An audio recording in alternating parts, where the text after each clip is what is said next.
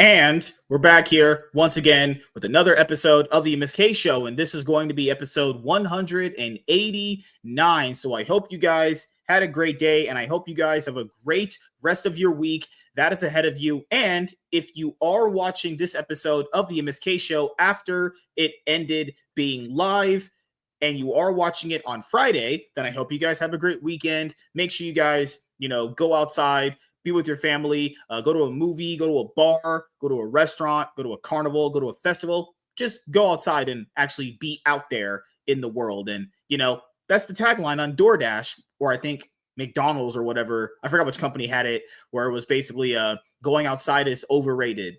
I would agree with that because I don't really go outside as much. I only just go to like the gym and work and the supermarket every once in a while when I need to go out to the supermarket, But as you guys know, in this episode of the MSK show, later on, we're going to be doing a comic book review on Ultimate Wolverine #1, and we will be doing the one topic that we usually do. Keeps the show basically, condensed in a way where it's just, we have a review and then we have a topic. That's it. There were some episodes me and Labs Comic Fan did 2 topics along with the review. Holy crap. That was wild. Those shows were like 2 hours plus long. Great shows. Like, man, it was really, really fun. But goddamn, I figured out that if we have it kind of condensed in this way, where it's just a comic book review of whatever we're trying to just keep up with and the topic, then it's just easier. Keeps things a lot more efficient, keeps things a lot more fresh, where it's like, you're not burning yourself completely out trying to cover topics. Your mind's ready for videos and for reviews. It's like, god damn. Yep. Once in a while, we'll, try to do that again, but just not anytime soon because my body is fried when we do that kind of thing. But nevertheless, before we get into doing the comic book review on Ultimate Wolverine #1, man, does Marvel know how to put out some really great books in their alternate universe. Not the main one. Those ones, they're like, can fuck off. You guys can just completely die in the fucking wind. Just get out of our faces. But the Ultimate Universe is where they apparently put in a lot more effort. Now, keep in mind, I've read Ultimate Invasion. I read that trade. And I read the Ultimate Universe #1 one-shot. I read Ultimate Spider-Man by Jonathan Hickman, Volume 1, Married with Children. And I've read this. So I will have to end up reading Ultimate Black Panther at some point because I told Labs Comic Fan that we were going to be doing a comic book review on Ultimate Black Panther, but it's going to be Batman Hush coming up very soon. So we're going to be doing the comic book review on the Batman Hush trade paperback that you guys all know about. And then when I find Heart of Hush, we'll do a review of that. And then we'll just do, the reviews on the Batman ongoing series with the remainder issues of that when it covers essentially Hush 3.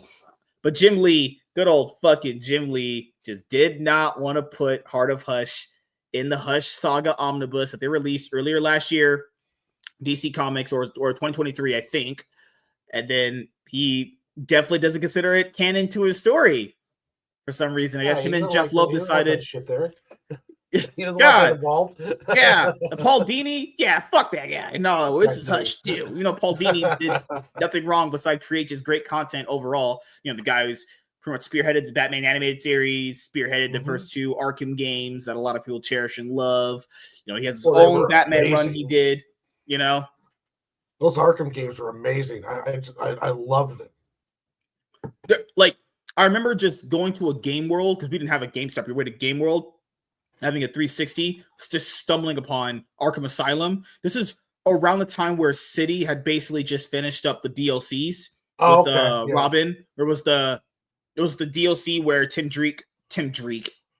Oh my God, words. Where Tim Drake, goes and saves Batman, and it's the Harley Quinn's Revenge. It was that DLC. So basically, after that DLC ended, I got the Batman Arkham Asylum Game of the Year edition, played that, beat that. Then I got Arkham City, and I was like, man, these 2 games are just fantastic. It's weird how Arkham Asylum, I would think, is the most underrated one now because there are people that say that they like Arkham Origins as their favorite. Now, I get it.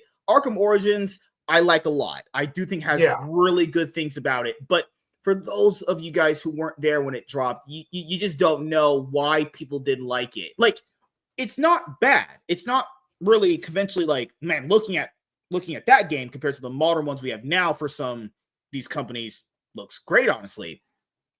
The problem that Arkham Origins faces in the different way compared to Arkham Asylum and Arkham City is that the game was built upon Black Mask hiring assassins to take out Batman, okay? So very young Batman, like 1 or 2 years into it kind of Batman. So and Warner Brothers wanted another Arkham game because they knew Rocksteady was going to end up doing a third one. Everyone knew they were going to wrap it up with a third one. Warner Brothers didn't want to wait.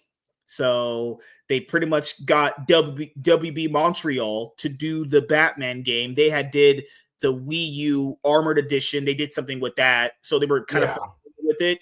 I mean, I don't hate Arkham Origins, but there's some problems there. Like the narrative that they set up for it was Batman fighting these assassins hired by Black Mask.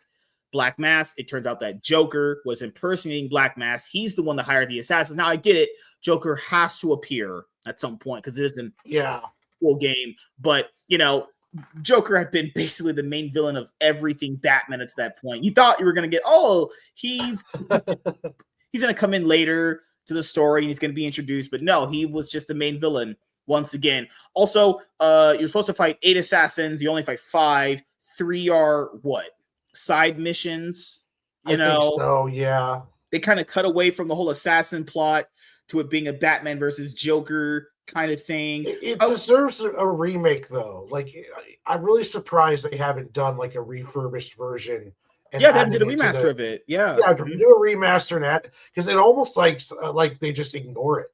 Like I could only find it on PC on Steam. I couldn't find it on PlayStation 5 or PlayStation 4 or Xbox. And I thought that was weird. It's like, why no love for Origins? I mean, it's not great, but it's not terrible. I mean, it had some cool shit. Had that great trailer with the fight scene. Yeah.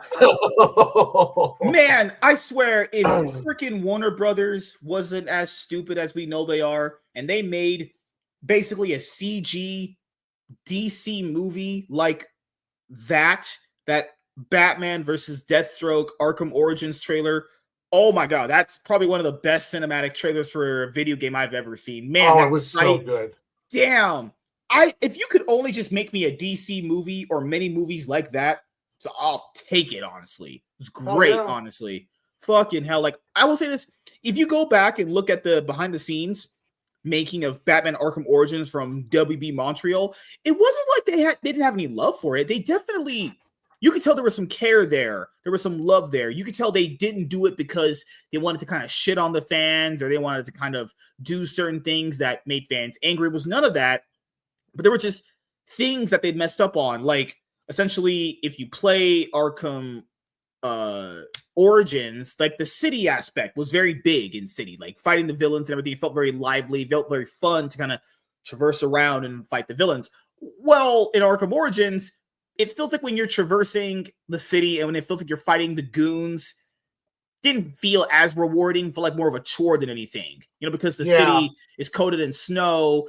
And the reason for that was because they thought the snow would contrast the ugliness of Gotham because they wanted a more of a Christmas feeling because the game dropped around like Christmas time when that game came out. Like I will say, they have the best interpretation of Bane ever in anything. Man, that Bane in that game is fucking fantastic. You know, it's weird because Rocksteady, I think, did a very bad job on Bane in their games, whereas Arkham Origins, they did a great job with Bane. Which is weird because you don't see Bane in Arkham City anymore. He's sorry, not Arkham City, Arkham Knight. He's not in Arkham Knight at all. Yeah, he's not in Arkham Knight at all. He is hidden in Arkham City. There's a whole little side quest. Yeah. I felt Arkham Origins did a great job on Bane. I mean, you really saw Alfred as a driving force in Arkham Origins. That one scene where like Bruce and Alfred have that fight where he says, "I'm the person who can stop all these guys," and it's amazing. Like there's some really great stuff in Origins. Even the Mr. Freeze DLC is pretty good overall. You know, I just think that there's some key components there that they lacked on.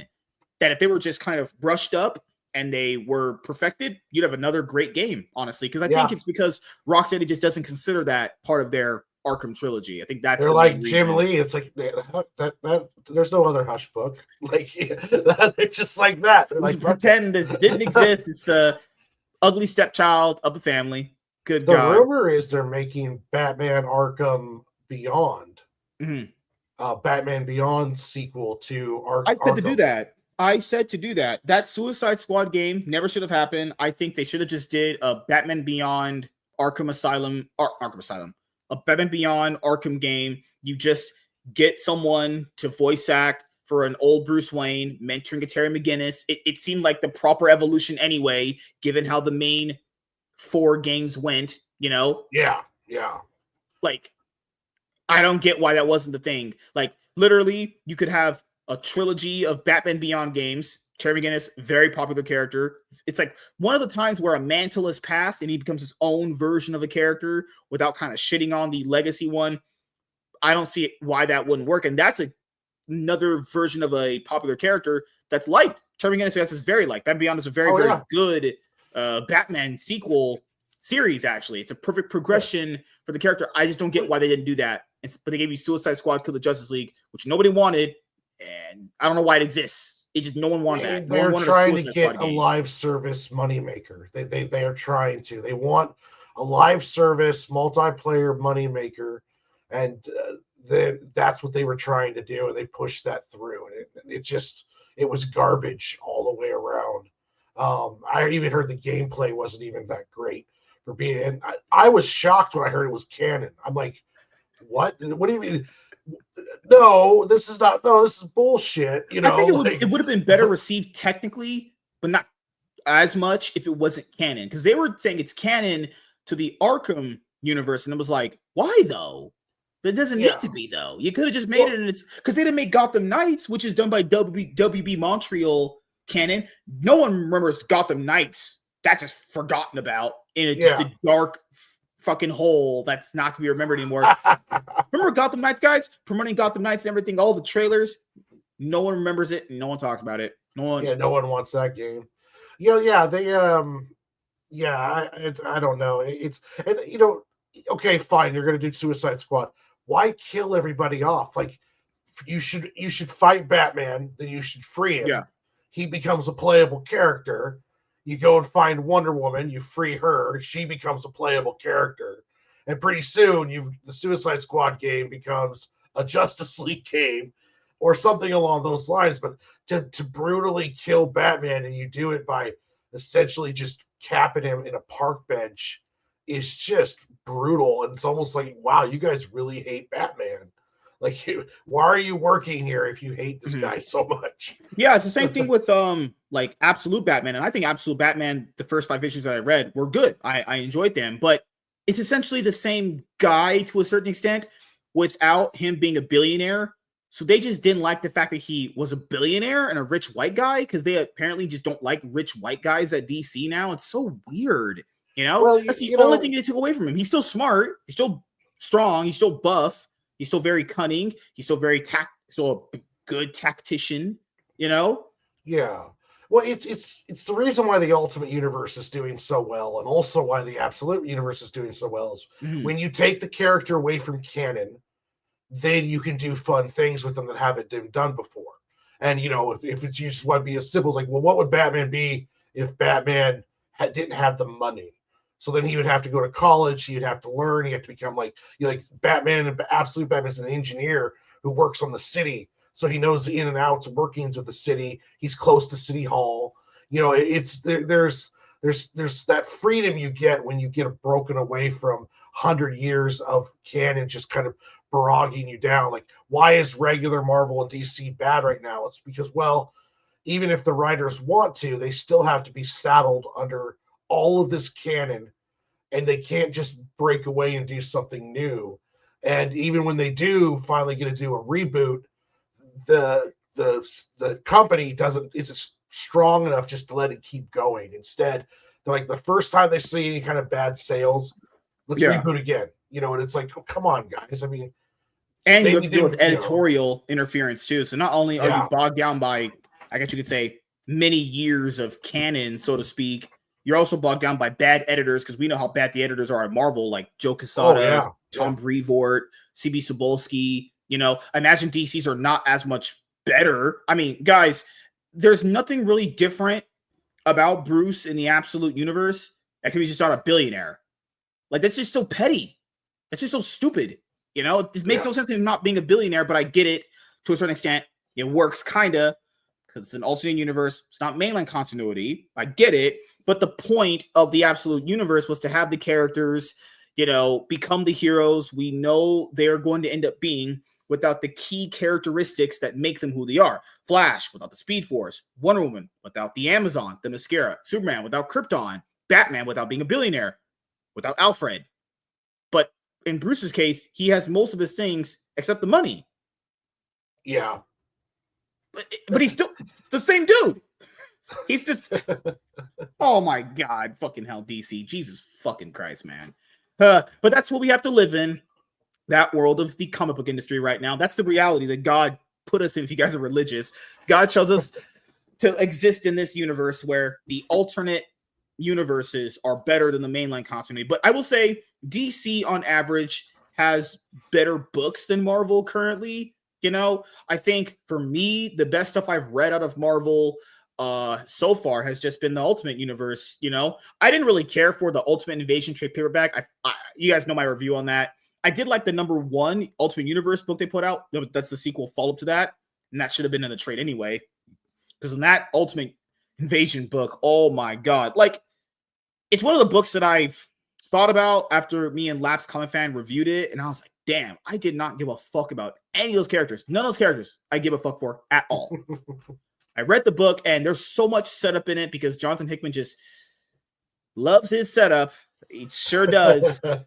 He knocked out of the park with the follow-up book, but god damn, all that setup was just holy shit. Like, the Maker lost his eye because he was in a battle with Kang, and Kang shot him through the eye. Like, really? Because they were kind of building that up as like, hey, yeah, he doesn't have an eye. He's a scary person. He probably lost in a battle with someone. No, Kang just shot him through the eye. That's it. You know, you got Iron Lad instead of Iron Man because Iron Man was Tony's dad. Obadiah Stane was black for some reason. They kill him off. They kill off his dad. They make Tony, he's Iron Lad, but you didn't even care for that version of Tony. I don't even care for Iron Man in that universe. Like, goddamn. But I would say it's the worst book. It's definitely one of the most boring ones I've read. I won't be reading that anytime soon again. That is like, you have to give me actual money to read that again. I read it only because it's just kind of like getting things in order.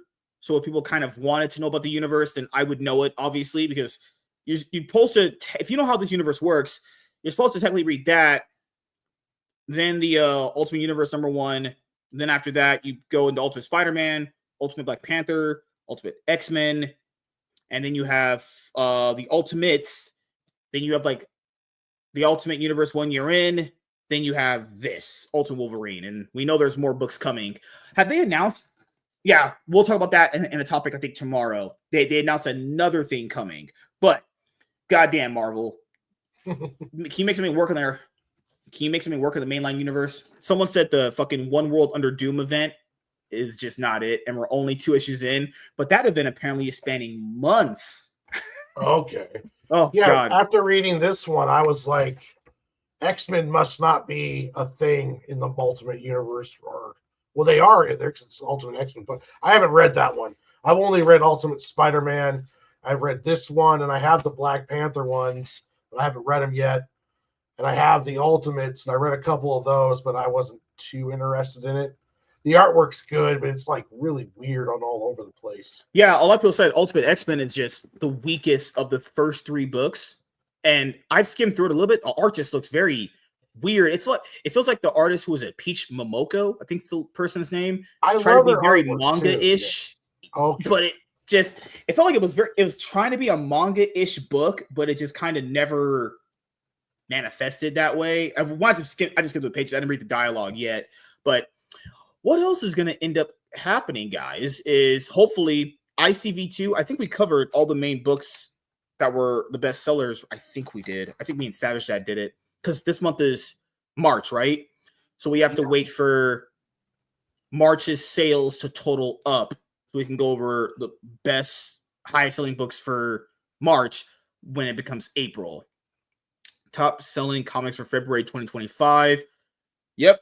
Let me make sure I go back to this. That way we kind of know where we're going to be at. If you guys are also into like, you know, comic books that aren't like superhero related, I would recommend, you know, potentially reading Bug Wars from Jason Aaron. Me and Professor Savage Dad, I think, are going to review it on Sunday. You know, because I know people just might not be into superhero stuff. Well, then keep in mind, there's plenty of non-superhero related stuff coming out from Image, Dark Horse, IDW, Boom Studios. Dark Horse has a lot of it. Johnson's, was it When the Moon Follows or something like that?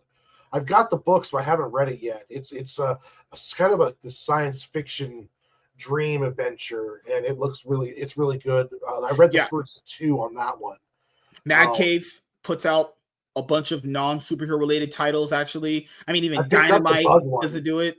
Yeah. I picked up that one today. I need to read those. I got 1 and 2 of the Bug Wars. That one looks cool. Give me one moment here. So New Transformers too.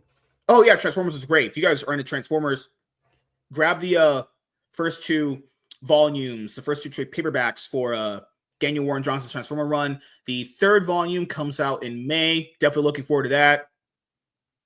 So let's see. Let me make sure. Yeah, I know I went over this. So Absolute Batman number 5 being the highest seller in February.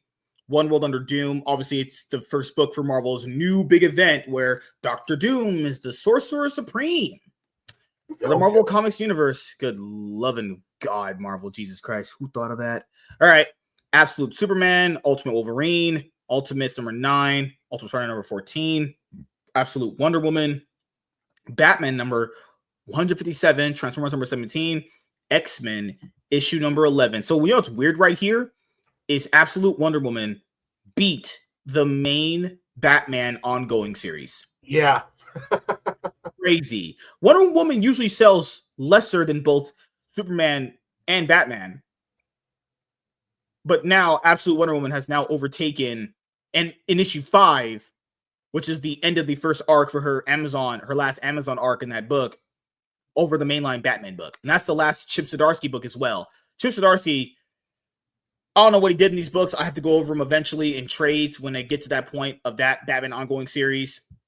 But goddamn, if the mainline Batman book is tanking to 8, and keep in mind, tanky's not, I guess you could say it's bad in the comic book world because the mainline Batman book should always be nothing less than 5, in my opinion. Honestly.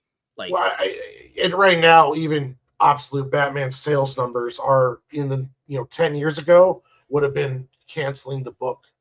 Now they're like, look, now they're celebrated. So right now, none of them are really doing great, but it is good to see the Absolute stuff selling and the Ultimate stuff selling. So there is some positive motion in comics, at least. Also, I want to point out with this top 10, I'm pretty sure you guys all noticed it. Every alternate title is the highest selling one for Marvel and DC, minus Image. Image has just Transformers up here at number 9.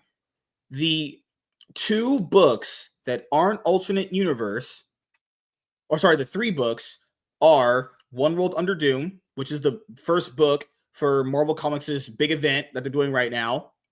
Then you have X-Men number 11. That's written by Jed McKay. He's on that series. And then you have, that's it. Yeah. 2 out of Marvel's highest selling books on ICV2's top 10 list are just, I guess you could say, mainline books. Everything else for Marvel Comics is their alternate universe. Ultimate Wolverine, Ultimate Spider-Man. Good Lord, what are you guys doing? I mean, the Amazing Spider-Man, they're doing that 8th, what are they doing? The 8 deaths of Spider-Man? Like, who wants to fucking read that shit? Yeah, I don't even know what's going on with that bullshit. Yeah, and then now Eddie Brock Carnage number 1. Yeah, Eddie Brock is now 12. Carnage, as we know. Fucking hell. And number 2 came out yesterday, right? You're right. Yep. This has to be falling off a cliff. There's no way that's holding anytime soon. I doubt it. Usually it's not after number 1. Number 1's when all the collectors come out sniffing around. Yeah, Zatanna, number 1 out of 6. Zatanna getting a 6-issue miniseries. Issue 2 just dropped yesterday, actually. You have Uncanny X-Men number 10. Uncanny X-Men usually is a good seller despite whatever writer's on there because, you know, it's Uncanny X-Men. Okay, so this is the really big kicker here. Amazing Spider-Man, guys, issue number 68 is the newest one that came out. The Amazing Spider-Man ongoing series, which usually is in the top 10, usually always top 10. The newest book is at 16. The one that came up before it is number 11. Marvel, what are you doing? Yeah, just relaunch this. You fucking sniffing meth or some shit. You're doing crack. Bro, what are you doing? Yeah, people just wanted to read 8 issues of Spider-Man where he dies. Yeah, great idea. Fucking retards. Alien versus Avengers, number 3. It's fine where it's selling at. Wolverine, number 6. You can see that new ongoing series by Saladin Ahmed. It's not, it's definitely going down and down. Star Wars, The Legacy of Vader, number 1. It's right there. Marvel Comics launching a new Star Wars, number 1, debuting at number 19. You know where those sales are going to be dropping very, very soon. No one's really talking about the G.I. Joe book from Image and Skybound. Most people are just still talking about Transformers. I just saw most of the chatter die around the G.I. Joe book after they had Duke, Cobra, Destro, and Scarlet. Yeah, maybe. I have all the Scarlet. Well, I have the first 6 Scarlet books, and I have most of the first Duke books, but it kind of fell off. I didn't follow it nearly as closely. Mm-hmm. What else is there? Justice League Unlimited, number 4. Justice League main title, number 25 is, oof, that's not good. Deadpool Wolverine, number 2. Red Hulk, number 1. Yeah, most of the stuff down here you would expect, right? But it's just, there's some stuff here that you know is just falling out very, very soon. I guess. I'm surprised how low the Turtles fell. There's a lot of hype with Turtles number 1, and now number 7's almost 50th place. Oh, no, they're going to be out by next month. When we look at the sales for March, they're done. Oh, that happened with Rook Exodus, too. Rook Exodus fell out of it, too. Now, keep in mind, guys, this is just the top 50 sellers. There's I don't know what books sell between 51 through 100, but Batgirl number 4 is dropping. People just dropped that after issue 1. You could tell, like, the sales just dropped off a cliff. Yeah. Damn, this is not good. Like that new relaunch they did with Jason Aaron with TMNT, just not hitting apparently. I guess for enough retailers to buy it. Store number 5.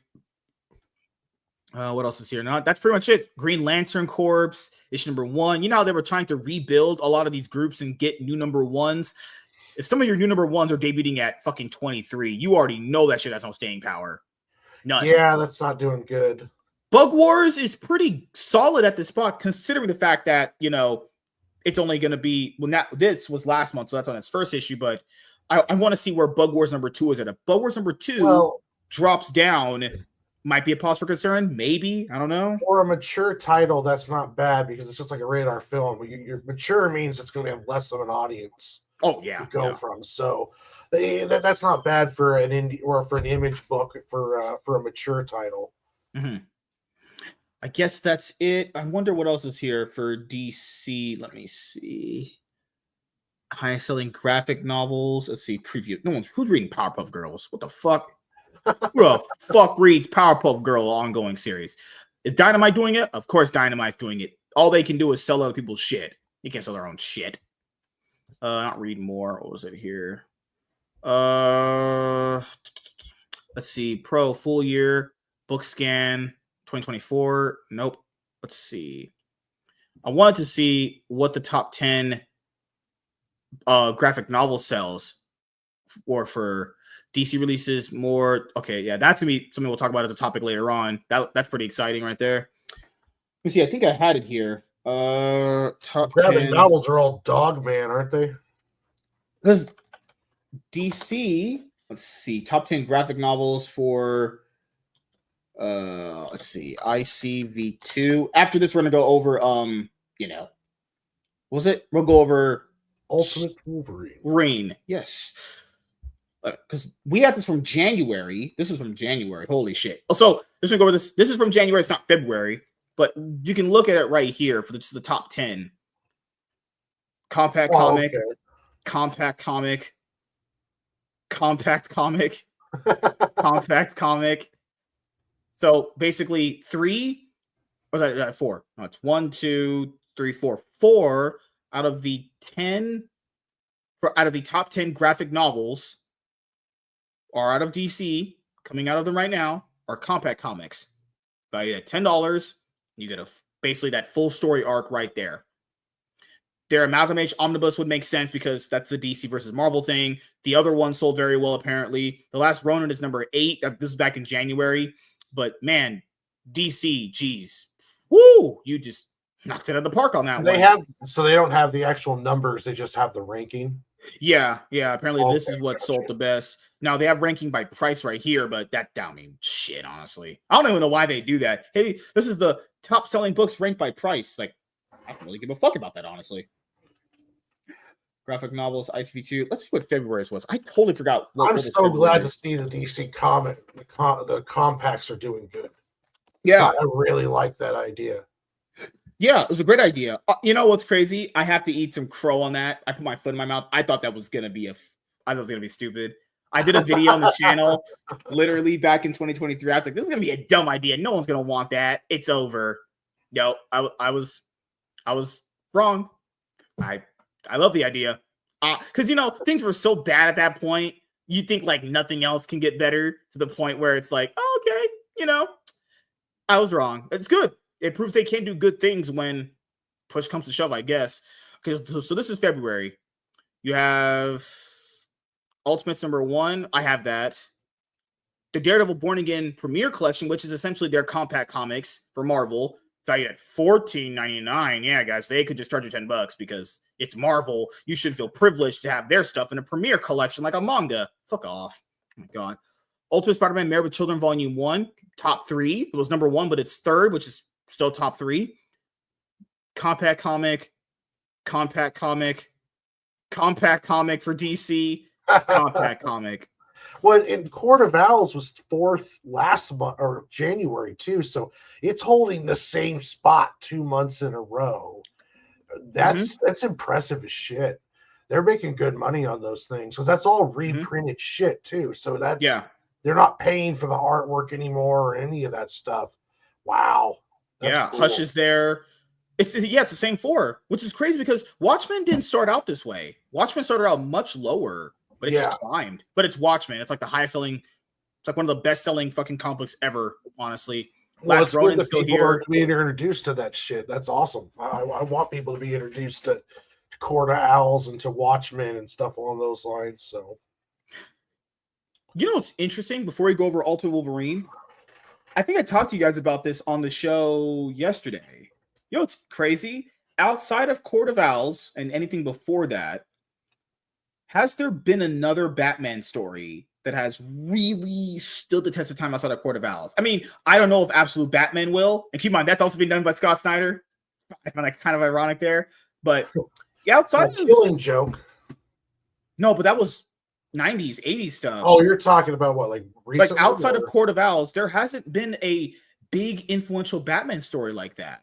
No, not really. Unless you count people said Man Who Laughs.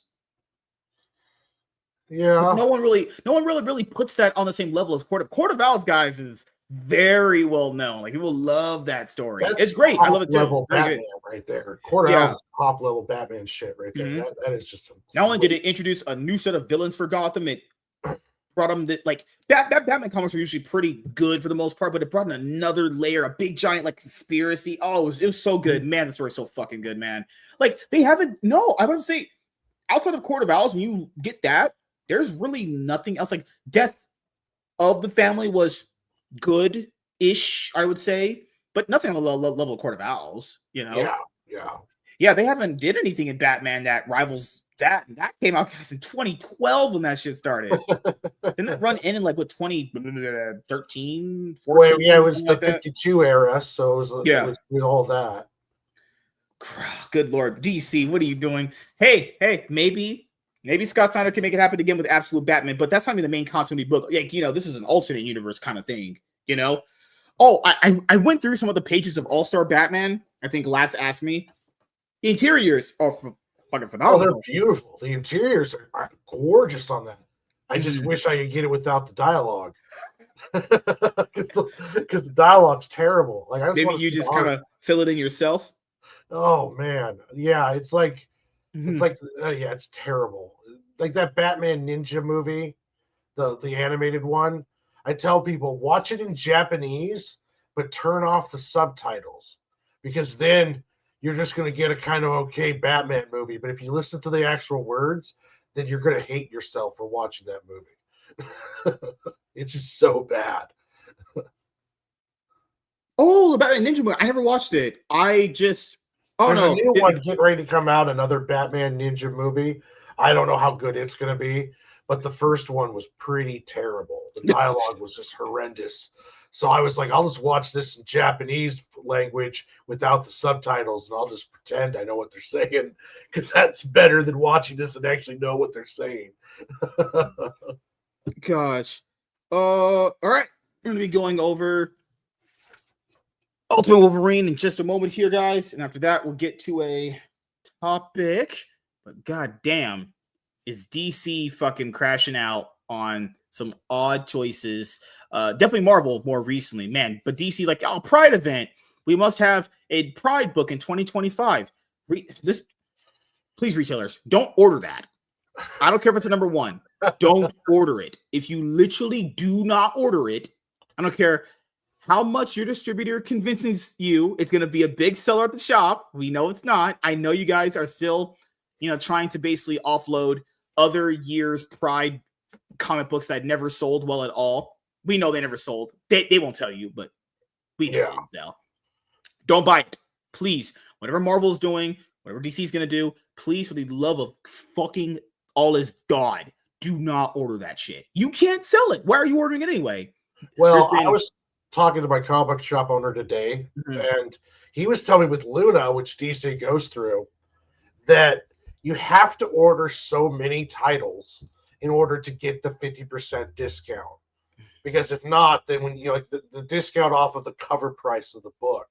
So in order to get the 50% discount so they can make money on them, they have to order so many titles. So they're ordering shit that they don't necessarily want to because they have to keep enough to keep that 50%. Because if it goes to 35, well, then that's only 35% off the cover price that they're making back, and it's just it makes it almost not worth it for them. So there's a lot of titles that get bought just because Luna's like, you have to buy this many in order to get your discount. Oh, yeah, I know. Yeah, that's what Dennis told me. Like, they kind of basically tell you, hey, if you want to get your 10%, 50% discount, you have to order this many. So then now the fucking retailers are just stuck with stock that they can't sell. Like, but that's the thing is, I hope for whatever reason, because the retailers are going to get them to order it, I would just say burn it. You couldn't sell it anyway. No one's going to buy it. The guy, he says he has his best deals with, he'll take them, the leftovers, and he makes bundles, and he'll sell a bundle. And he said he makes pretty good money on that part. So there's stuff they can do with them. They can do that for Walmart's again. Remember, they had the DC the 3-packs, and Marvel had like the 4-packs. I remember that. They don't do them anymore. They need to. I think shops need to do that. If you can't unload the stuff at your shop, talk about fucking the shop owners. I think should pack that shit up and try to sell it as bundles. Might as well. That's what my shop that I go to's owner does. So, and I think that's the best route. I mean, you have you can buy 1 through 5 of a series, and you get a cheaper price over per, and he still makes some money off of it. So, all right, time for the big event, the finale. Good Lord, am I alive? Actually, you know what? I will make an exception for this episode. We'll do the topic tomorrow because it'll be a little late when we get into it. Okay. So I'll just add it into tomorrow's show. We'll just start the show a little bit early and just get them all done at once, actually. So what can I title this show right now? That way people are going to understand what happened here. Ultimate Wolverine, #1 comic book review. Let me think of a title. Damn. I don't have a title. God damn. Okay. Whoa. Who's the artist name on here? The artist name on here is Chris Condon. Title it. I was wrong about Bronny James. We're not talking about that. And I'm still not wrong. Still overrated or not rated at all. Damn. What am I going to title this, honestly? I'll title it. Fuck. Dang it. Give me. My brain is not working, guys. Give me something. Hit me with it hard. I'm going to title it. Let's see. Because this book was absolutely wild. I will just tell you that. Yeah. Oh, okay. I'll call it this. Makers Council. There we go. I'm pretty sure that's good enough. So let me update the title right now on Twitter and Rumble and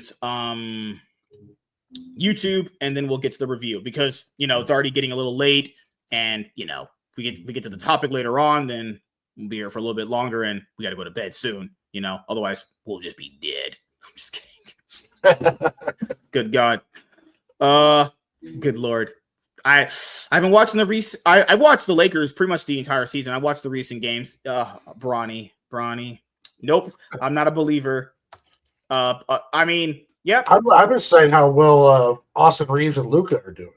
Austin Reeves is playing very good. He's played very good. He's playing his ass entire off. Season. Yeah. Luka Doncic. I guess the Mavericks might not be too happy they got rid of that guy. Yeah, that was the dumbest decision of the year. I don't know who thought that was a good decision. Who thought of that? That's just stupid. AD's never healthy, so why would you trade up an older player for a younger one? And one that's like an MVP level player, and AD himself is a good player when he's healthy. He's very good, very talented. But it's like, why are you giving up like a future player that could be a franchise player for a guy that's pretty much like, while still very good, not always healthy, always injuring his knees? When was the last time he had a full season without being injured? It's just he's always hurt. Don't get me wrong, like you said, he's a good player. Yeah, but he's just not like he's on bum, but he's I don't know if it's intentional when he gets hurt, so he can take more games off or anything. He can't carry a team. He needs help. And it's like you gave up Luka, who could carry a team if you put the right pieces around him easily. And he just went right into LA, and it's like him and LeBron have been playing their whole lives together. He was fitted so well there. I genuinely thought that Anthony Davis was going to be there forever. Felt like he was just going to be a Laker until he just retired. But until LeBron left or something. Yeah, it was crazy. The team is playing actually very well without LeBron, him being there. They're playing completely fine. So, Austin Reeves is doing. You can tell he's fucking game. LeBron looked so just jealous and mad, envious that they were just doing so well without him. You saw it on his face when they were just completely. What game was it recently? They played tonight. They played the Bucks, I think. Last night they played. What did they play last night? Fucking hell, I can't remember some of these places' names. It blows my mind sometimes. They're on a 4-game winning streak or on a 3-game winning streak, aren't they? I'm pretty sure. I think so, yeah. Yeah. Just Lakers versus Lakers schedule here. Yeah, let me just go up to the games right now. So no, they're doing pretty good right now. I was watching the recent games, and that should be a good thing right there. Let's see. Oh no, they lost to the fucking Bucks today. Holy Christ. Good gosh. Yeah, they were on a winning streak because they lost to the Bucks twice this season. They lost to them earlier in March too. Honestly, the Bucks are good though. Yeah, you know how Lakers fans get. We should be beating every single team. Yeah, it's just how that works. You'll be losing, buddies. Yeah, they lost to the Nuggets. They started to come back with the Suns. I'm a Trailblazer fan, so I never get to talk about anything good. You're just trying to put yourself through an eternity of misery. Holy I know, I'm just crap. sad all the time. Draft bust after draft bust. Oh God.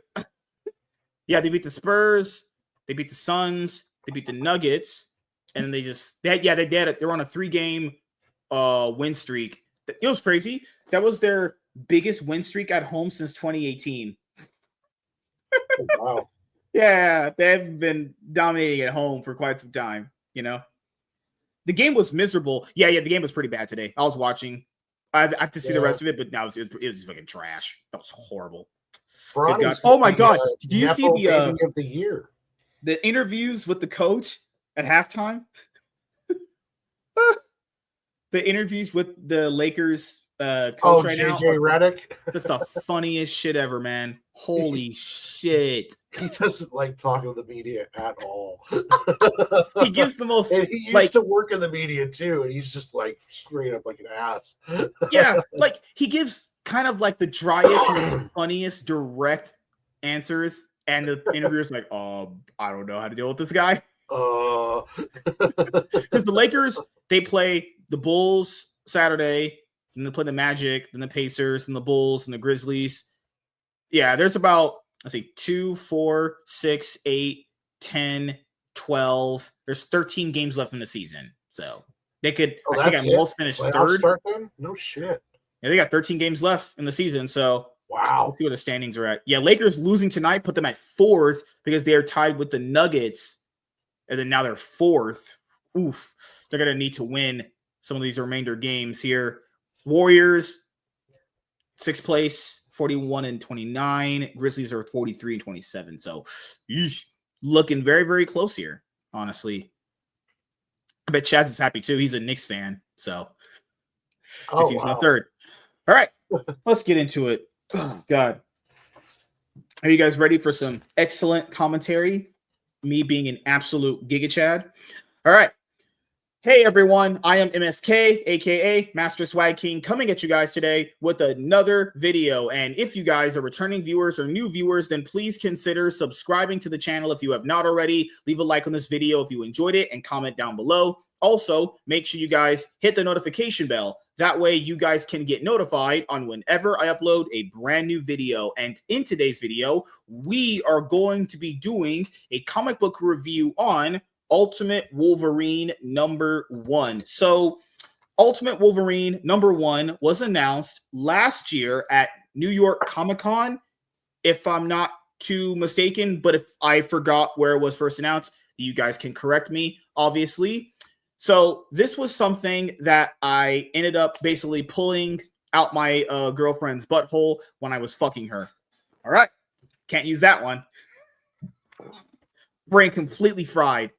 My whole brain just collapsed there. They're doing crack! No, fuck. No, Optimus, please. Fuck. All right. Jokes aside. Good God. Brain went to the actual gutter. Didn't have a clue what I was talking about. Right out her ass. Holy shit. God damn. Good Lord. And he's wearing crazy. We're talking about Ultimate Wolverine. Oh no. Warren's wearing a Punisher shirt. Oh my God. You know, Marvel hates that guy. Marvel really hates that guy. Oh my God. If I tell you guys the story of what they did to that man recently, you'd be blowing your mind out. Your brains would be absolutely splattered to the ground, like certain characters were in this book. All right, time for a Giga Banger. Hey everyone, I am MSK, aka Master Swag King, coming at you guys today with another video. And if you guys are returning viewers or new viewers, then please consider subscribing to the channel if you have not already. Leave a like on this video if you enjoyed it and comment down below. Also, make sure you guys hit the notification bell. That way you guys can get notified on whenever I upload a brand new video. And in today's video, we are going to be doing a comic book review on Ultimate Wolverine #1. So, Ultimate Wolverine was announced last year in 2024 at New York Comic-Con, actually. And basically, this version of Wolverine is described as the Winter Soldier for this Marvel Comics new Ultimate Universe. And it was described that this was going to be the most brutal Wolverine we had ever seen. And me and Professor Savage Dad did a video talking about Ultimate Wolverine when it was announced, actually. So if you guys basically kind of just want to read Ultimate Wolverine when the first trade drops, which I would imagine will cover the first like 5 issues. You can go and check that video out. It's already on the channel, actually, where we just talk about our thoughts and opinions about what Ultimate Wolverine, could be.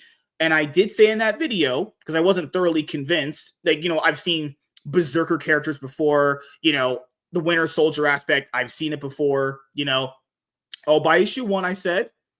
And then if it convinces me, then I'll keep it on my pull list. And then we'll just keep, reading it and reviewing it. But I did promise you guys I was going to read the first issue and review it, because outside of the artwork, because we saw the interior pages, we saw them look great. Honestly, the artist knocked out of the park. Fantastic job. Completely A+ work there on the art.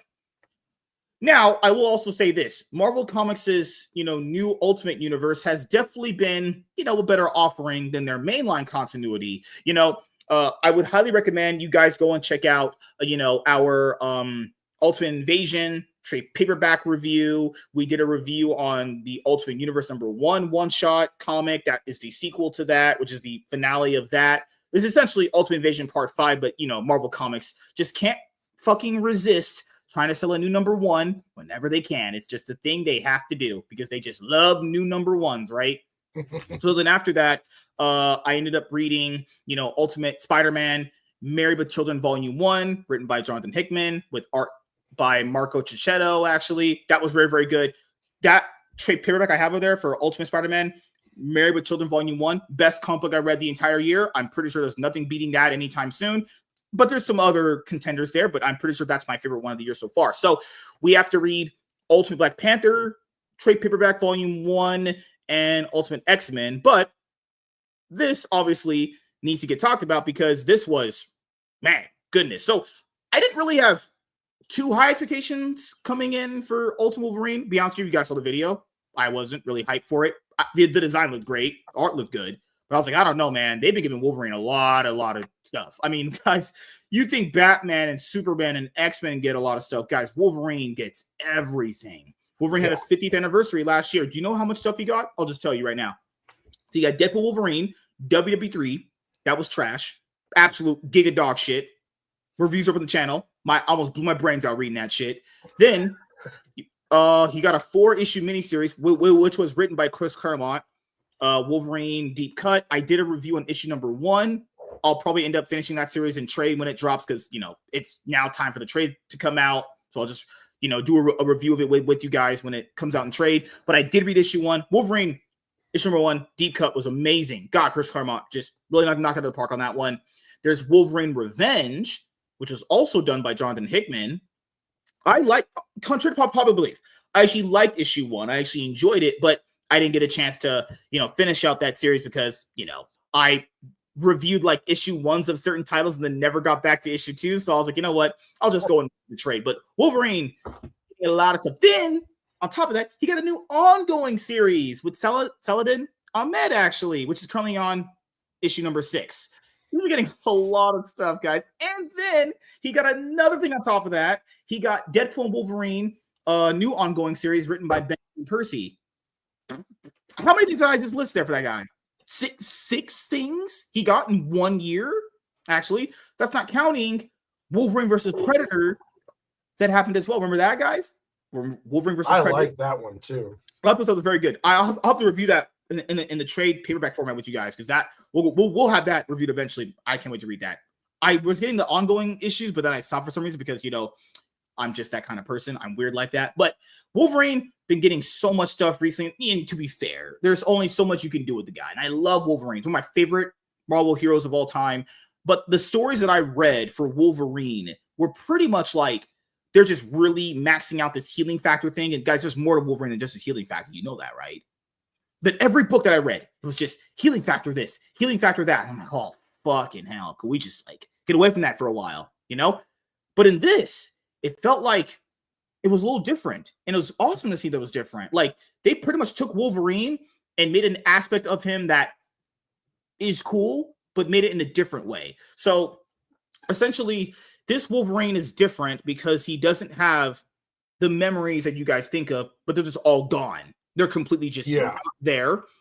And he doesn't talk. And keep in mind, Wolverine's not the guy that prefers talking. He prefers just being a loner most of the time. You bother him, he will talk, but he's just like, leave me alone, you fucking piece of shit. You don't get that in the book. He doesn't speak at all. He doesn't speak at all. He's a, some people say a mindless soldier, but I don't know, given how things have been set up. I'll be honest here. This has been, I don't know how you feel, man. This is one I would think, to me, I would have this up there as one of my favorite floppies I've read throughout the years so far. One of the favorites, because I liked the Cold War aspect of it.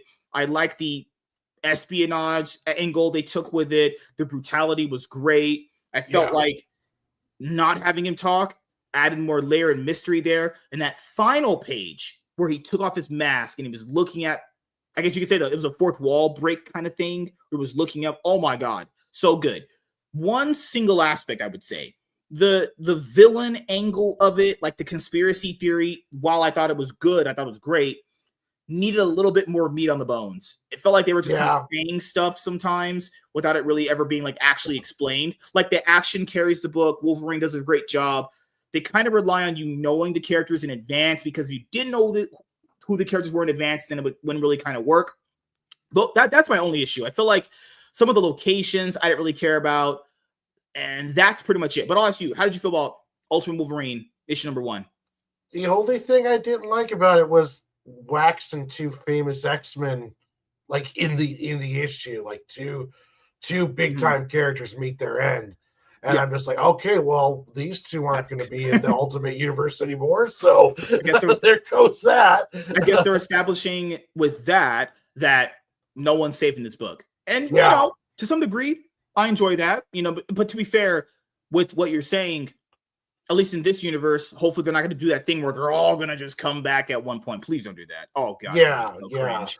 Imagine if, like, Nightcrawler just came back in, like, issue 10 because reasons, you know? Not worry, I am back, huh? Yeah. Yeah, no, it was good. I've read a lot of the Ultimate ones so far, and this is one of the better ones. They're kind of hit and miss. I didn't get into the X-Men one very well. The Ultimate ones was kind of pretty wild. And but this one is solid, a good solid story. It's up there with Spider-Man on how, you know, if you were ranking the Ultimate books, and I would say it's up there with that. You're right though, it left a lot of like what the hell moments, and then it had a lot of shock factor, which is fine. You didn't have many answers. You didn't have many answers, so it's like I'm interested in issue 2 to see, okay, now where's this story going, because I'm the same way, because it was really like you got to see this really quick moment, and then it was like, oh, well, what the fuck, man? He just well, what's going on here? I need to know more now. Yeah, because when it came to like the whole conspiracy angle around it, from what I've read, it mostly felt like, because what Nightcrawler told him, we tried to come back for you. So apparently, maybe, here's what I'm thinking, some of them were captured. They did experiments on that Logan, and you saw it in the flashback. Because it was crazy. I'll give him credit though. In this book, they did do flashbacks, and I think more people need to utilize flashbacks in some of these books to flesh out the story. They used the flashback angle to a point where, hey, that guy was talk about a brutal backstory. Talk about a fucking insanely brutal backstory for that version of Logan, for what they were doing to him. You know, the only angle of that is like, okay, is this villain trying to basically utilize Ultimate Wolverine to go and kill off the people that kind of left and managed to escape, or are they going to use him for different reasons? Like, there's a lot of greatness here. Don't get me wrong. There's a lot of really good stuff here. But some of the more espionage, more of the more grander story points have to come play in the few of the issues coming out later on, because then it's going to look, I guess it would be very confusing to me personally, you know, because I got and understood what they were doing, but some of the locations were like, man, these names are just fucking stupid, you know? And it kind of felt like, you know, outside of the villain just being very just ominous, which is, I guess, fine for issue 1. You know, you were like, okay, this is just, okay, we understand this Wolverine's brutal. He had a lot of bad things done to him. These characters tried to go get him. They failed at it. And then now he's just under the influence of this other group that want to use him as the Winter Soldier. That's how I thought of it. Which appears to be like KGB Russians, which was where the original Winter Soldier was he was taken in by the Russians and given the arms. So essentially this is Wolverine. Instead of in Weapon X, he's in Weapon R for Weapon Russia. And then you've got Colossus and Magic in it. and they're working for the lab. And I don't think Colossus is a scientist as much, but he's definitely working with them. And then you had that mysterious general. It'd be interesting to see what else is going on. I haven't read Ultimate X-Men, so I don't know if this is going to connect at all.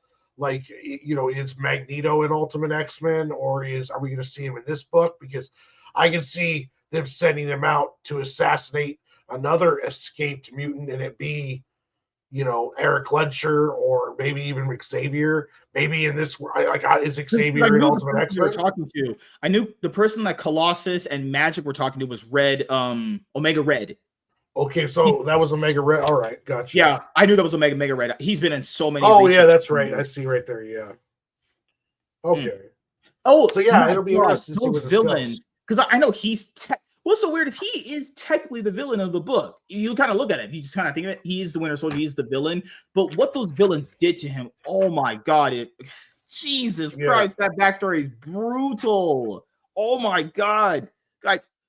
But it's so sad that Marvel can make such decent books in their alternate universe instead of their main timeline. Why? Yeah. Why? No canon. That's why. Oh, I always forget these names sometimes. It's Alania Prostovich. When I say it like that, it sounds out better. But when I'm reading, I'm like, who the fuck's that? Good Lord. They should do those little indicators on like, this is what this character is and all that stuff. But they didn't do that for her. And I was like, fuck it, I guess. But Marvel, when this book dropped, guys, went all out on the variant covers. Oh my God. Variant covers those are beautiful. They were amazing, honestly. But like, I will say this. I wasn't fully sold on the title when it was first announced, but this book convinced me to, keep it on my pull list. I'm here to see where this kind of espionage, Winter Soldier, Wolverine story is going. Yeah, I am interested to see where it goes. It never exceeded my expectations or fell below them, but it was good, solid start, in my opinion, honestly. Yeah, it's a must pick up, I think, and definitely worth looking at number 2, which I have because it came out. So.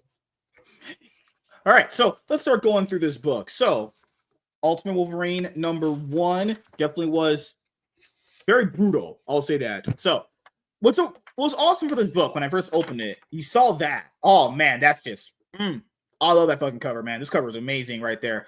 Can't wait to have this on a trade paperback. You won't because you're getting this, but doesn't matter, right? They do give you the little synopsis on what happened in Ultimate Invasion here. If you ever want to know basically what happens in Ultimate Invasion for like a Cliff Notes, most of the, the new Marvel comics or their new Ultimate Universe will have that there. To be honest, I'll be honest here. That's better than reading the fucking book itself, but nevertheless, I won't keep shitting on it. I know a lot of people like it. It's fine. Jonathan Hickman, please stop doing that setup bullshit. Starts off basically like a lot of these espionage, thriller action stories where you have this helicopter, guys are talking, and the guys are talking basically like saying he's an experiment gone wrong and all that stuff. And then Ultimate Wolverine essentially gets up. He has to have conscience that's not being, controlled by the place that's controlling him. He has to, because I don't know if they're controlling him right there, but I'm just thinking that's what's going on, right? So he gets up and they're like, "Oh, we don't want to die." He just looks at them, looks at the ground because the helicopter drops that. What's that thing under a helicopter where they drop the hatch? Is it called dropping the hatch? I think. Yeah. So the helicopter drops the hatch. He gets ready to jump out of it. Marvel stupidly tries to after 8 Deaths of Spider-Man. Fuck off, Marvel. I don't want to read that shit. You don't either because you're rebooting it anyway, bastards. Ultimate Wolverine jumps out of the helicopter onto the ground to murder a few people. Then they end up in another place, actually, after that. He ends up dropping there, and then he ends up just plowing through these guys in the open gate. This was kind of a problem with the book that I have to highlight. It's like, okay, he got dropped here. He killed some people really quickly. Then he just got picked up again and just dropped off in another place that quick. I was like, okay, I guess it was supposed to show you that this guy's just brutal as fuck and it's just a mindless killing machine. All right. So after that, we started to kind of get a little bit more there. So the next place he ends up at, you see Nightcrawler and Mystique here, right? They're getting ready for battle. The guards there end up getting brutally killed. Then you get a flashback. And I think the book does balance out the flashbacks to the present very good, actually, which is awesome, because if this didn't balance it out very well, this would have turned out to be a fucking disaster. So they kept him in this container right there. You have Omega Red, you have Altona, you have Colossus there, and then you also have Magic. And basically, long story short, they basically experimented on this version of Logan in the most inhumane ways possible. Everything bad you can think of, they did. And considering you guys know how Wolverine's healing factor is, you know what they did to him. Think of every bad thing imaginable. They did it. Literally terrible people. I would be so glad he ripped all these guys' motherfucking heads off completely. Good Lord, these guys treated him like absolute shit.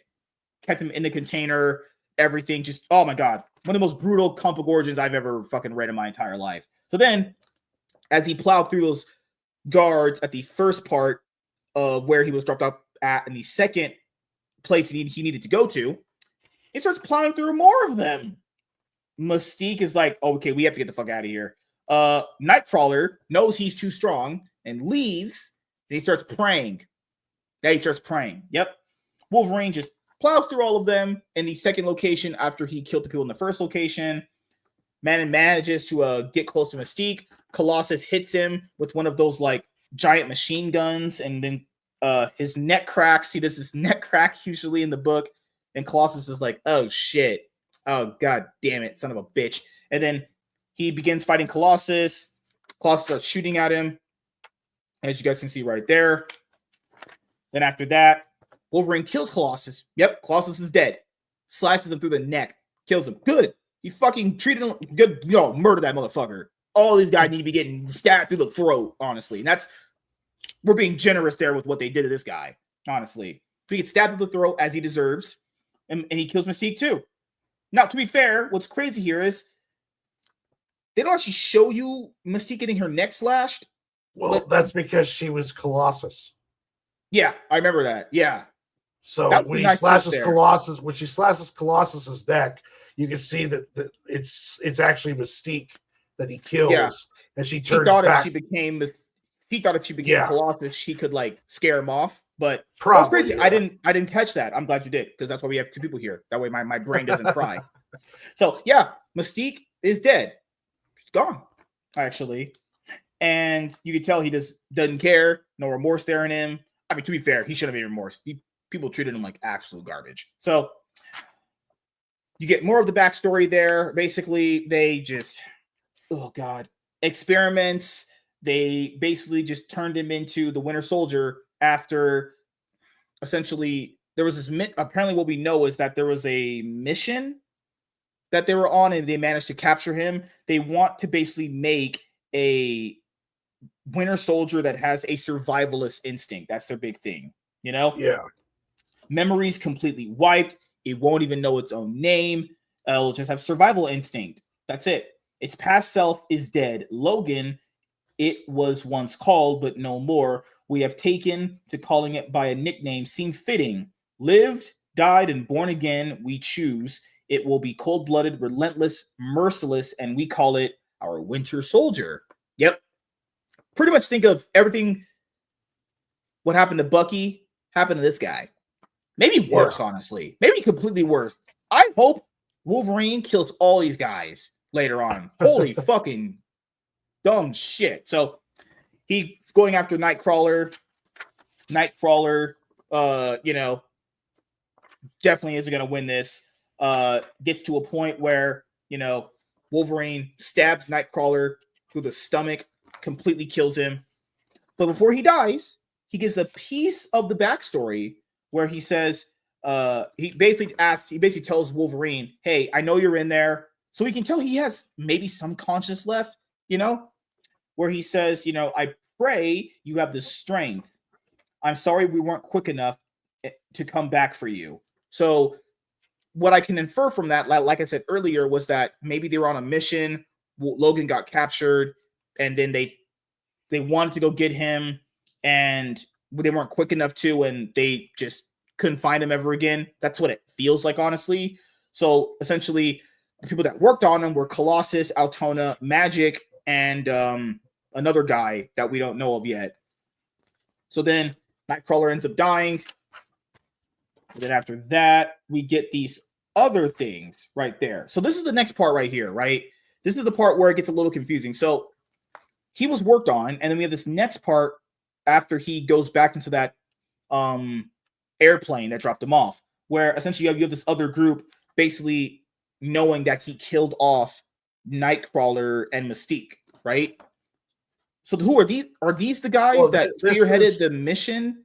Yeah, so after he was wiped, this is him getting programmed on who to kill. And I don't know who this big guy is, but he's some kind of general. And he's essentially saying, these escaped from our East Berlin camp, and it shows Mystique and Nightcrawler. And then he tells them that you're going to go out there and get him. So essentially he's getting his mission. This is the part where like Winter Soldier would be told those passwords and be told who he needs to kill. This is where he was getting the mission to kill Nightcrawler. And then it goes back to him on the plane after the mission, and he's kind of sniffing the blood on his helmet. Yeah, just crazy brutal backstory. After this guy had been completely maimed, tortured, basically mind memory completely wiped, no name. He gets programmed by these other two guys. The main villain being right there, to basically program him to go after. It's a weird spot for that flashback. It should have been. I guess it's supposed to add to why he did it at the end after he killed them. Yeah, I get it. It's just like, okay, this flashback should have been. If this had been literally a page or two before, it works even better. I feel like while this is fine, it's a little too, because I guess it was supposed to show that there's some more humanity to him, but it doesn't show that because there's no humanity left in this guy, because it shows you he's being programmed to murder these guys. So I would prefer that this page is just before rather than being where it's at right now. But it's not bad, I'll say. So then after that, toward the end of it, the main villain right there who was programming him to finish off his programming says, "You, my friend, you aren't a part of history. No, you are history." So after that, the book basically ends off with him taking off his helmet and looking at himself. And then it ends off with probably the most coldest way a book could end. Nightcrawler praying, and then Wolverine looking at the screen. Amazing. That was a great way to end the book, honestly. Yeah, I like it. I want to know why he's wearing the mask, because even in the flashback when he's in the tank, he's wearing the mask. Is he? Was he? I don't think he was. I don't remember. He's got the mask on in the tank. Oh, you're right. Yep, you're right. Yep. He had the mask on when it looked like they were getting ready to make his bones metal. I wonder if he still has adamantium too. I would imagine he does. It looks like those are adamantium. Yeah. So I'm sorry, I mistake there. I genuinely thought he'd kill Colossus. I'm glad you caught that. I'll be honest here. Sometimes when you read books, you don't catch everything.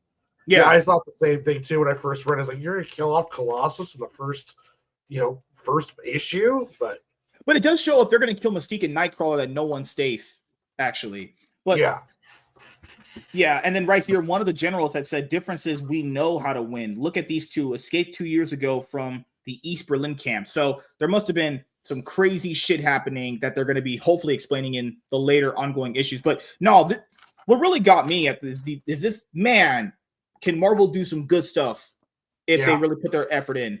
This final page, knowing what has happened to him, he takes off his helmet, looks at his fingers, and sniffing it, because you can tell Wolverine has obviously the sense of smell is amazing. And then you get that final page of Nightcrawler praying when he killed him, and he looks at the screen. Oh my god, it's chills right there. Oh my god, that was damn, that was good. That was awesome. Yeah. The only issue I would say with the book, like I mentioned earlier, is when you have these guys that finish off the experiment on him, programming him, that should have just been at the beginning or earlier in. That's my only real problem. And you don't really get to know a lot about the people that are programming him to do this way. Hopefully that gets explained in later issues on it too. But overall, it was a great, good, solid, entertaining book. I wouldn't call it like one of the best I've ever read the entire year, specifically as far as other ones. But no, this would be a solid, be in the top 10, be a solid like 7th, 8th, 7 out of 10, 8 out of 10. I mean, yeah. it's if you did the top 10 like floppies you were reading this year, this would be like I think top 10 worthy. Honestly, yeah, it's very good. It's very good. I'm in for the second. I want to know what's going to happen. I mean, when they mentioned East Berlin camp, I instantly thought Magneto. That's what I thought too. Yeah, I don't know if he's in Ultimate X-Men, but I'm like instantly thought it's like, are we going to see the Ultimate Magneto here soon? Are we going to see some other people? Sabretooth, where's Sabretooth at? So that'd be interesting. You know, is Sabretooth going to be Wolverine's Captain America? Where I can't believe I was almost tricked there by them killing Colossus. I mean, to be fair, given how the book was structured, you know, you'd believe it. Whenever I read a comic, I always flick through it fast first just to look at the artwork. Yeah. And when I saw that, I was like, "Oh, damn, really?" And then I read it today. I mean, to be fair, if he did kill Colossus based off what that guy potentially did to him, yeah, I feel like yeah, you'd kind of deserve it. A bad guy, so to see him possibly die in this, it might actually happen because Colossus magic. Did she really thought that turning into Colossus would trick that Wolverine? He knows her scent. It's not like you could tell it's a different person, you know. But it's almost like it gave her strength, though. The art was so good. The kills were so brutal, man. Like, this was one of the most beautifully illustrated comic books Marvel's put out recently. Oh, guys, the art in this was just so damn good, honestly. Oh, yeah. Yeah, great. Loved it. Absolutely amazing. I love this shot. When he's jumping out of the plane. Yeah, yeah. That's such a great shot. Oh, all the way through like that. Oh, so good. Man, did they put this guy through the ringer, actually. Backstory was just, whew, man, was that brutal. Holy shit. But they sure did establish this is a crazy-ass Ultimate Wolverine that like no one's safe. If he starts killing more known people, I wouldn't be surprised. You know? Yeah, I'm interested to see how this plays out because is he gonna break free? Is he gonna become, you know, kind of like the Winter Soldier, how he broke free of his command and work his way through it? This is gonna be interesting to see who else gets played into this. Now, hey, this guy is gonna be. I'm gonna move him around every show. It's gonna become a game. Where's Baby Yoda? God. Awesome book, fun book. Definitely going to be in my top 10 floppies I read in 2025. Can't wait to read issue number 2. But we do have to have hot ladies come over and sleep with us when we're done with this review. Just joking. So, any closing thoughts and opinions on Ultimate Wolverine number 1? No, good book. Whether you wait for the graphic novel or you buy the 24-page type floppy book. I would say if you're out there buying them out of the Ultimate line, this is a really good one. Yeah. And good book. So for me, I didn't have high expectations for it. I think my only solid issue is if we're going to be introducing those, I guess they're just trying to keep those villains right there ominous and not known right now for an issue 1, which is fine. But I think that's my only real problem is that we didn't really get to know too much about the villains. Other than that, action was good, dialogue was good, pacing was good, the flashbacks were awesome, awesome and nice pace throughout the book.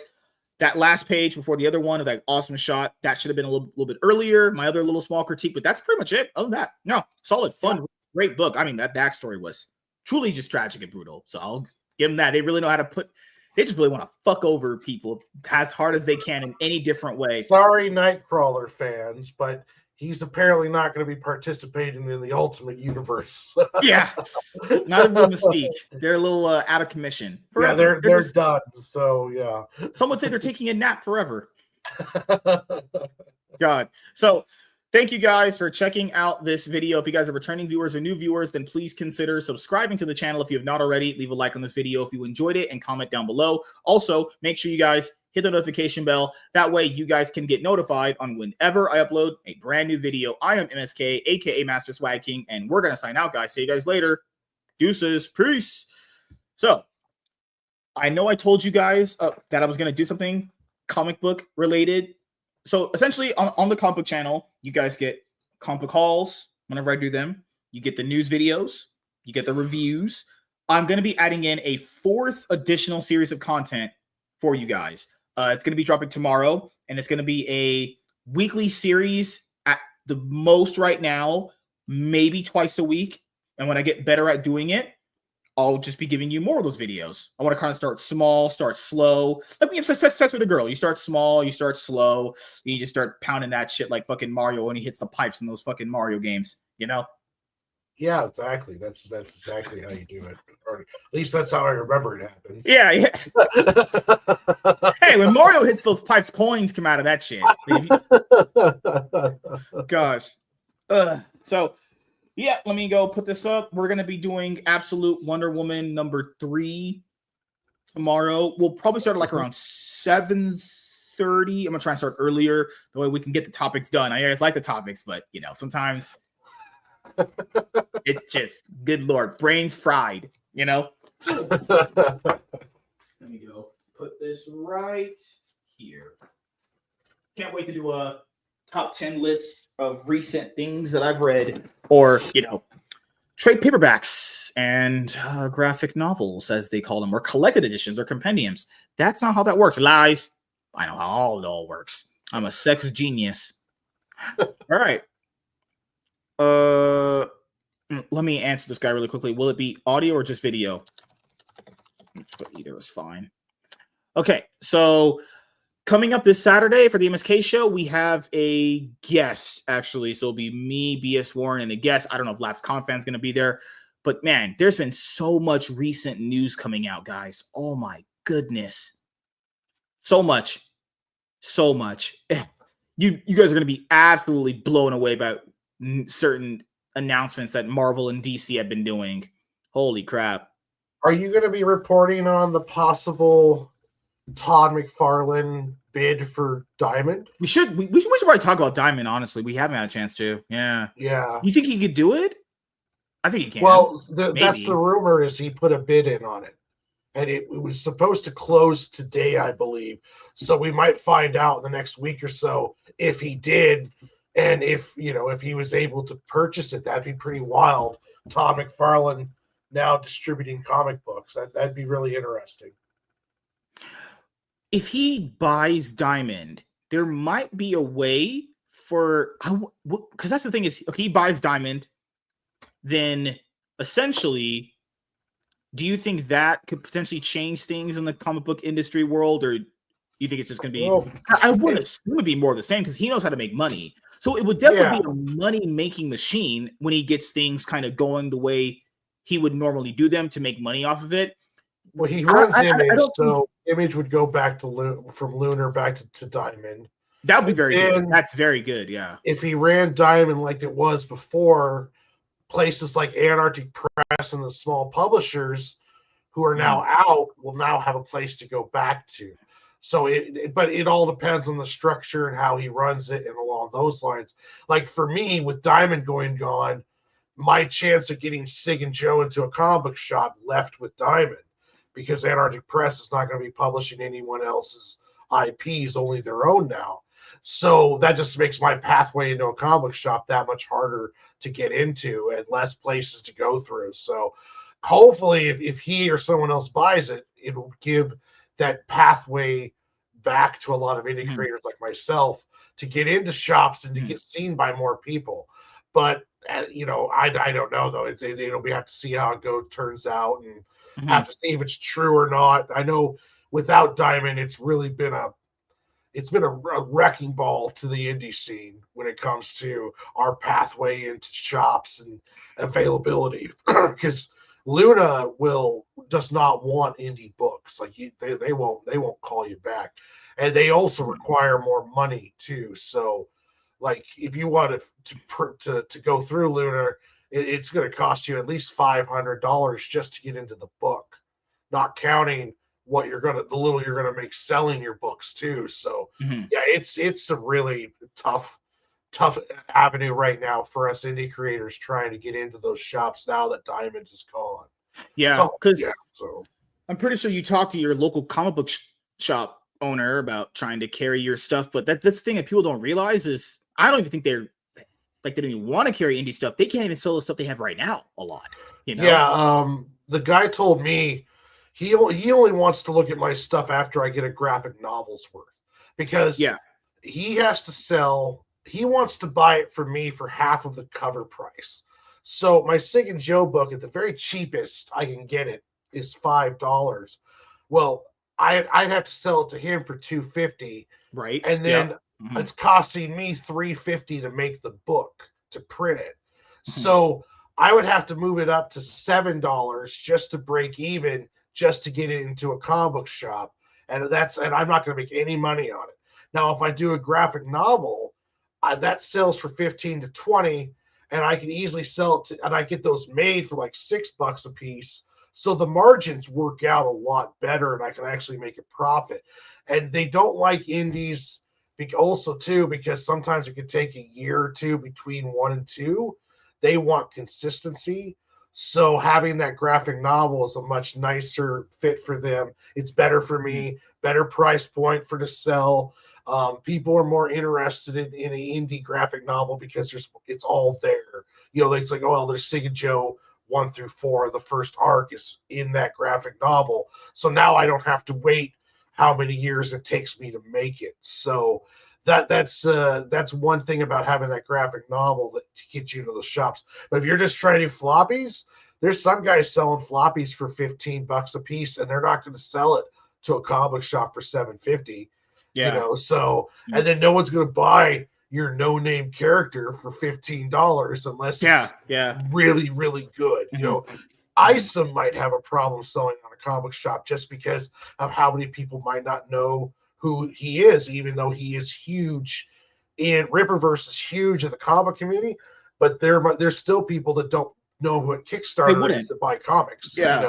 I would say the average person that goes into a comic book shop doesn't know what Kickstarter, Indiegogo, or any of these really smaller publishers are. Like on the side of them that are like the buttfuck nobodies. Like come on, guys, people barely even kind of somewhat know what Image and Dark Horse are. You think they're gonna know what like fucking Iconic Comics or Ripperverse are? Iconic, Boom, Mad Cave, Ripperverse. I mean, they're not the average person's not going to know about that. I mean, they're not going to even know that Ethan Van Sciver, who he is or what his book is either. Like, the average person, even it does make more sense for like their business model to just sell directly to customers, and I think the shops would prefer that too. But there's some customers that go in there that will not pick up their books in their pull list. That'll just keep them there adding. Oh my god! I think there was a video I'm going to be e-fapping with a lot of you guys. Maybe potentially at one point, or maybe I'll do it by myself. I don't know. I love fapping alone. Going over just what Dennis Barger said on the show, and even went over in a video where sometimes it's a lot of these deadbeat customers that have pull list and they know they can't afford it, and they completely just forget they have one. And there's just like thousands of dollars in unpaid books that'll just total up.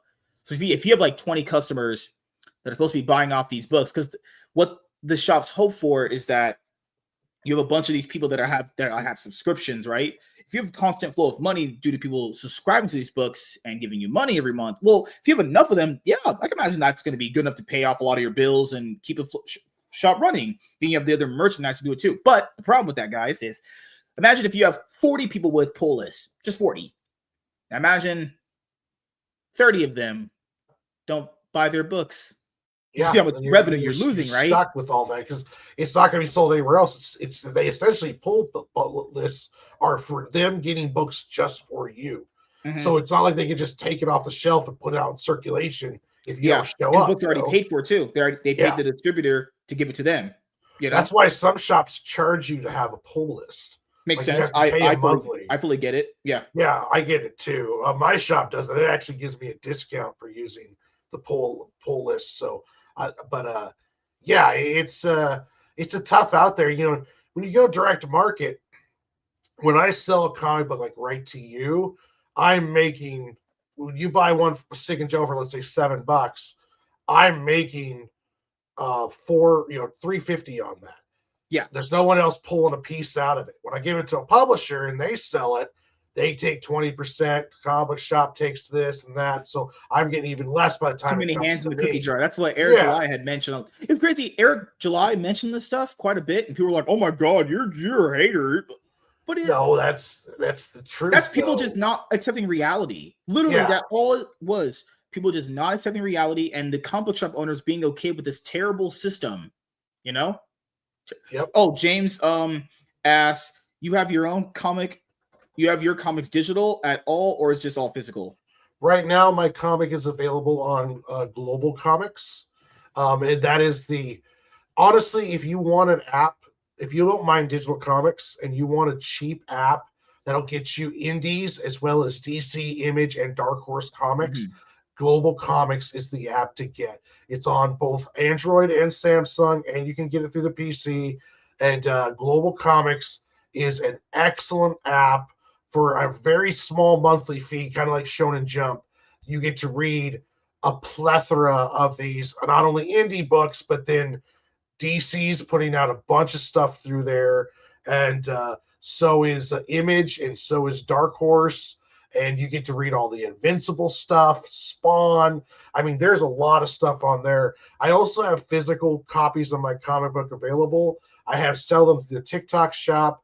And I need to start my own website, but I haven't done that yet. But if you get a hold of me through any of my social medias and say, hey, I want a book, I can ship it to anywhere in the US for $15. And that's a 44-page black and white comic book. Issue 1 is for sale right now. Issue 2 will be on Kickstarter. Then after Kickstarter's over, I'm going to do a wide market sell for that. I'm also going to collect 1 and 2 into a graphic novel, as well as I'm finishing up the layouts for 4. And 3 is already almost ready to print.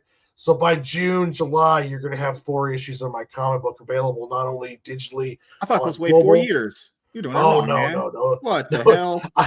I could probably do 200 to 300 pages a year without any life stuff bothering me now. So these next couple years, you're going to get a lot more comics out of me because I finally got my system down to where I can do a 50-page comic in a couple months.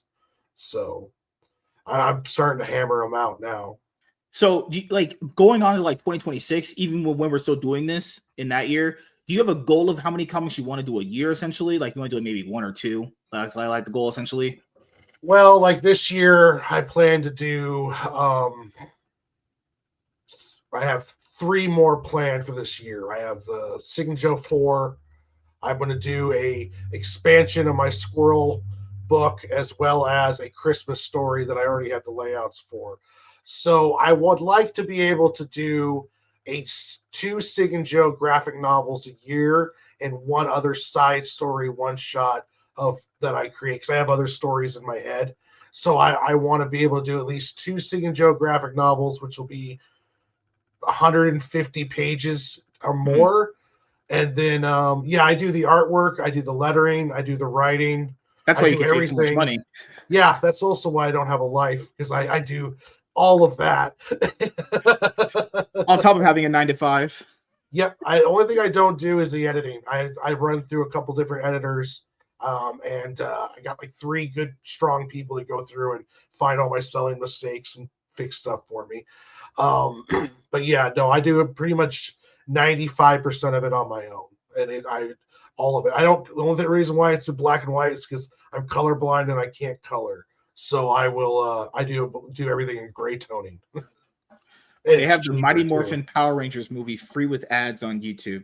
I wouldn't watch that again, even if it was free. Fuck that. But, no, if people gotta know, man, I love comic books. I love them so much, And I definitely because people always ask why I read more or less of the time mainstream stuff over indie stuff. It's not a preferred. It's just more like whatever I choose, I want to get through first. Yeah, I don't mind reading indie stuff. Guys, it's crazy. We actually did more indie book reviews than mainstream stuff when we first started. Anyway, we did all the Rippaverse stuff for the most part. We did a Grok comic book review. We reviewed Phoenix Press's Screecher books. We did a review of the Ghost Machine one shot. It was the preview book for all their stuff. I have no problem reviewing indie stuff.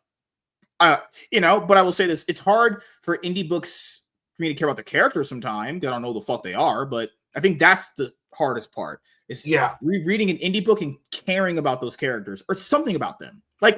Even with Isom is not really that interesting, but the aspects around him are. See my point? At least if you can't make your character interesting, make like the aspects around them interesting. Sometimes you don't even get that. Sometimes it's That's just one reason why I prefer graphic novels, because it's like, especially with indies, I'd rather do 200 pages and really get a good in-depth story. And then it's like, okay, I don't mind waiting a year for volume 2 because volume 1 was so nice. And it's like having a whole season in one book, you know. That's one thing I think I'm going to sell Sig and Joe a lot better once I have all 4 issues done. Oh, for sure, yeah. And then do a big collected 200-page graphic novel. And I think that'll sell probably better, especially at cons, than what the floppies are doing. Good God. Whew. After this, tomorrow, we got Absolute Wonder Woman #3.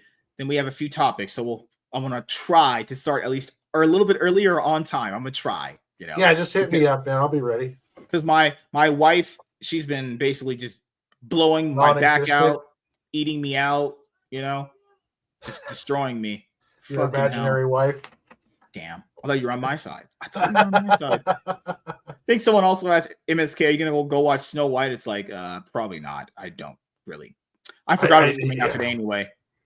I don't want to. That's one reason why I don't envy movie reviewers, because it's like you have to go watch all of it, good or bad, to give your review. It's like, oh, I don't want to watch that. Oof. Yeah. It's like, I'm not even against kind of like watching movies that I may or may not enjoy. Because, you know, you might go there and you might enjoy it because, you know, for a reason.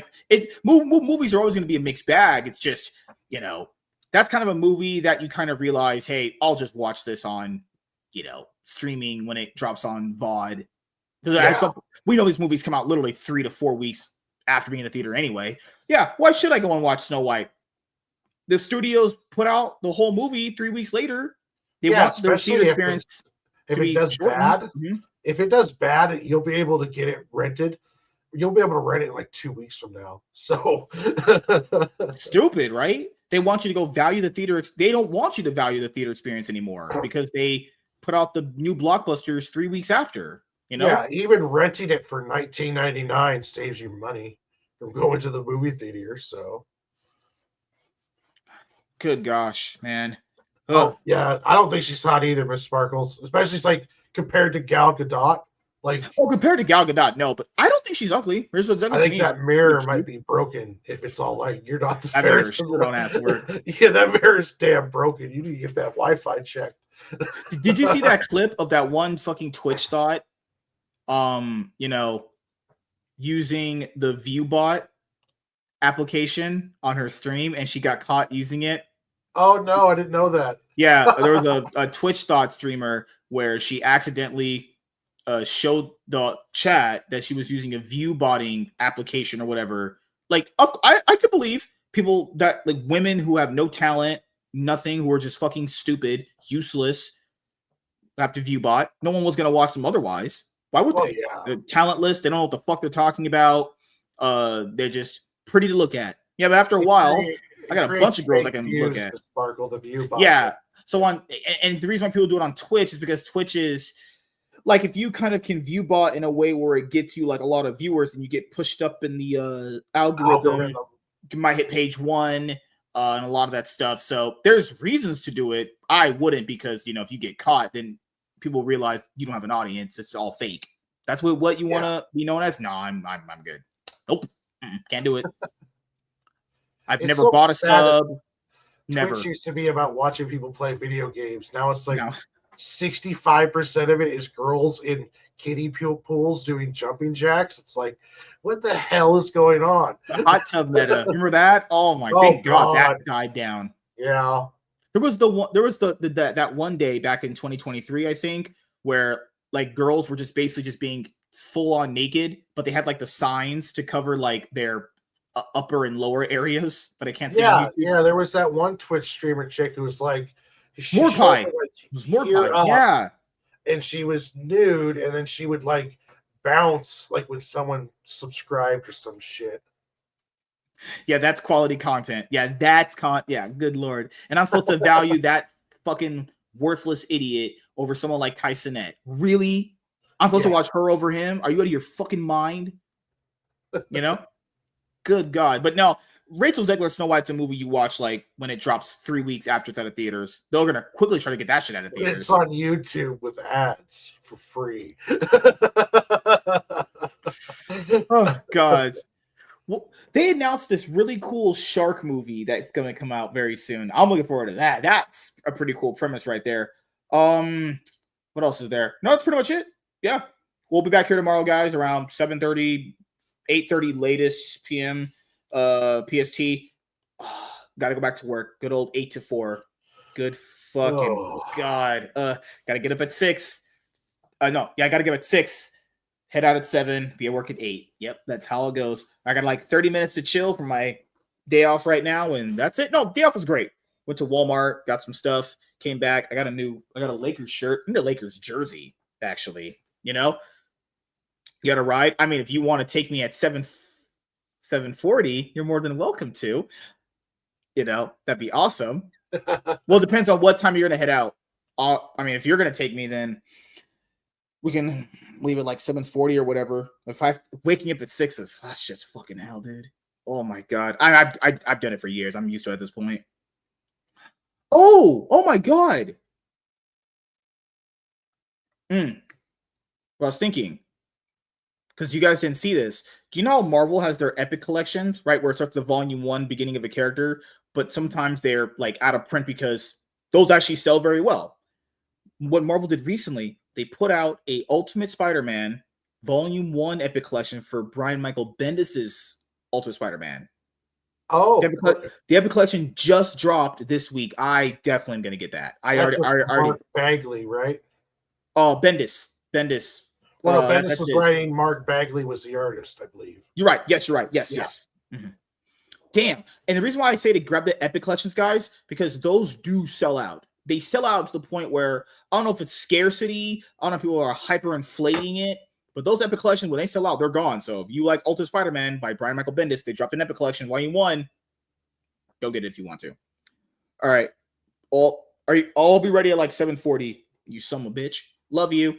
I was really like that. Holy crap. All right. So anything else you want to bring up before we head out, actually? No, you guys have yourselves a great night, and I will see you guys on here tomorrow. Good Lord. And coming up in April for about, as we talked about, I think, did we say it live? No, we did. Yeah. So in April, given like F&T meetup and the week prior for Warren, when we do the show on Thursday, it won't happen because that Thursday you're gone. Yeah, I'll be gone to Port Angeles. And then the week after, I'm gone. Yeah. We're just taking turns, apparently, just being gone on Thursday.